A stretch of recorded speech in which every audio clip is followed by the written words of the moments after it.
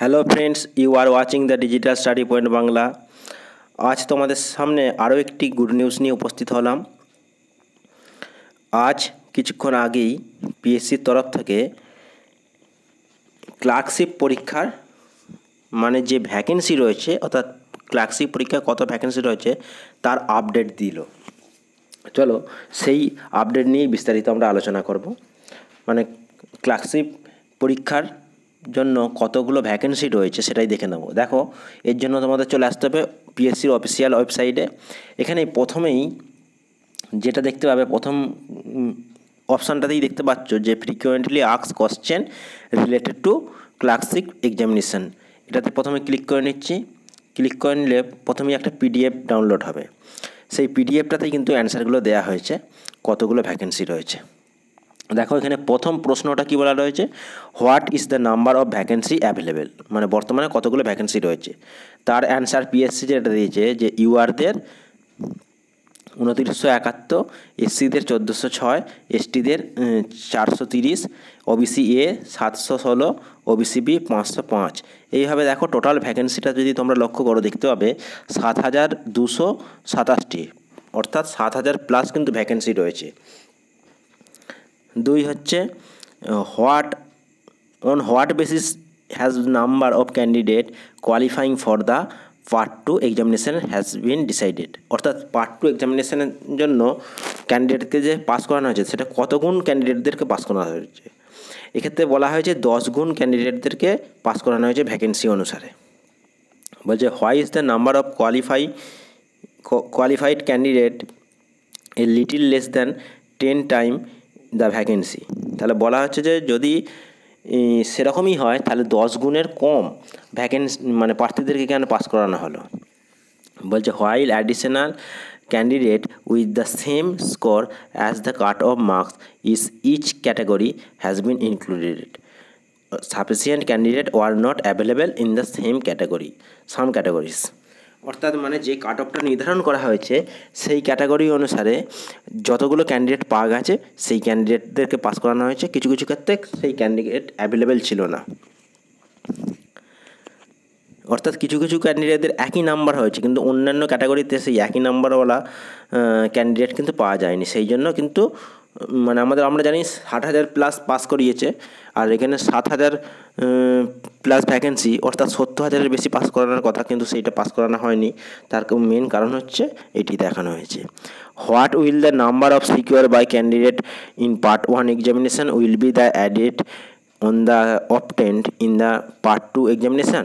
অর্থাৎ এখানে জানতে চাওয়া হয়েছে যে পার্ট 2 এক্সামিনেশনে যে নাম্বার পাবে সেই নাম্বার সাথে কি পার্ট 1-এর নাম্বারটা যোগ করা হবে।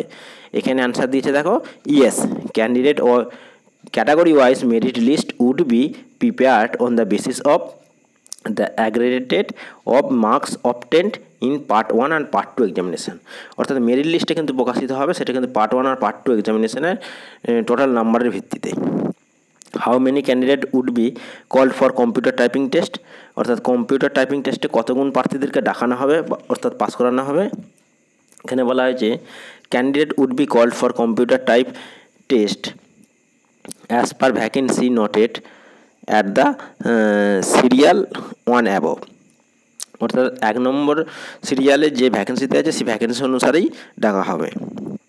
If sub candidate fail to the qualify in the computer type test and equally number of candidate in the same category in order the merit would be called, অর্থাৎ বলছে যে যতগুলো ভ্যাকেন্সি ততজনকেই কিন্তু ডাকা হবে। যদি তাদের মধ্যে থেকে কেউ যদি ফেল করে তখন পুনরায় পরবর্তী মেরিট অনুসারে ছাত্রদেরকে ডাকা হবে। Are the candidate required to prepare any certificate recognize computer knowledge. বলছে যে কম্পিউটার সার্টিফিকেটের জন্য এটা অনেকেই বলছিলে যে কম্পিউটার সার্টিফিকেট লাগবে কি না। এখানে বলে দেওয়া হয়েছে কম্পিউটার সার্টিফিকেট কিন্তু কোনো প্রিপেয়ার করতে হবে না, মানে কম্পিউটার সার্টিফিকেট দেখানোর দরকার নেই। ওখানে শুধু কম্পিউটারে টাইপিং টেস্ট হবে। এখানে বলছে টাইপিং টেস্টের জন্য কতগুলো করে ওয়ার্ড লাগবে। ইংলিশের ক্ষেত্রে কিন্তু 20টা ওয়ার্ড পার মিনিট, আর বেঙ্গলির ক্ষেত্রে কিন্তু 10টা word per minute. What will be the language in the computer test would be taken, বলছে কোন কোন ভাষায় কম্পিউটার টেস্ট নেওয়া হবে।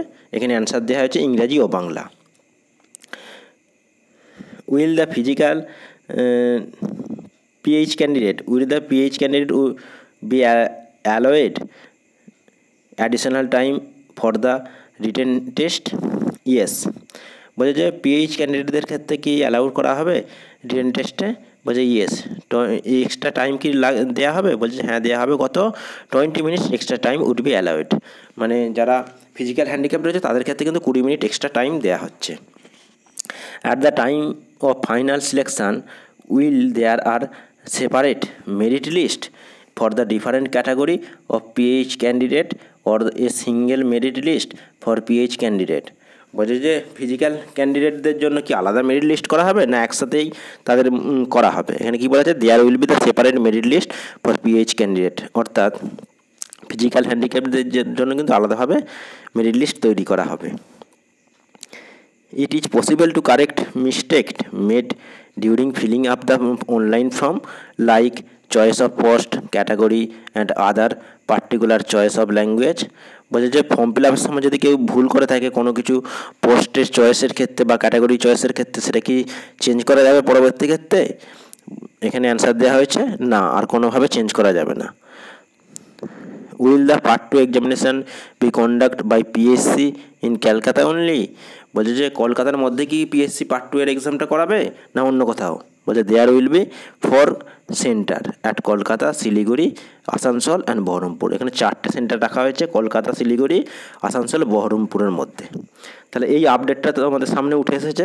তাহলে তোমরা বুঝতেই পারলে যে এতদিন আমাদের একটা ধোঁয়াশার মধ্যে ছিল, কোনো কাগজে 2000, কোনো কাগজে 4000, কোনো কাগজে 6000 ভ্যাকেন্সির কথা জানানো হচ্ছিল। তাহলে আমরা আলটিমেটলি জেনে গেলাম 7000 ভ্যাকেন্সি রয়েছে এবং কম্পিউটার টেস্টে 7227 জনকেই ডাকা হবে। যদি কেউ পরবর্তী ক্ষেত্রে ফেল করে তাদের মধ্যে থেকে, তখন পরবর্তী ক্যান্ডিডেটদের ডাকা হবে। তাই এই ছিল ছোট্ট আপডেট। ভিডিওটা ভালো লাগলে অবশ্যই একটা লাইক অ্যান্ড শেয়ার করে দিও এবং বন্ধুদের মধ্যে প্রচুর শেয়ার করে দিও। আর চ্যানেলে নতুন হয়ে থাকলে অবশ্যই চ্যানেলটা সাবস্ক্রাইব করে রাখো। ফিরে আসছি পরবর্তী কোনো ভিডিও নিয়ে। ততক্ষণ পর্যন্ত সুস্থ থেকো, ভালো থেকো। Thank you.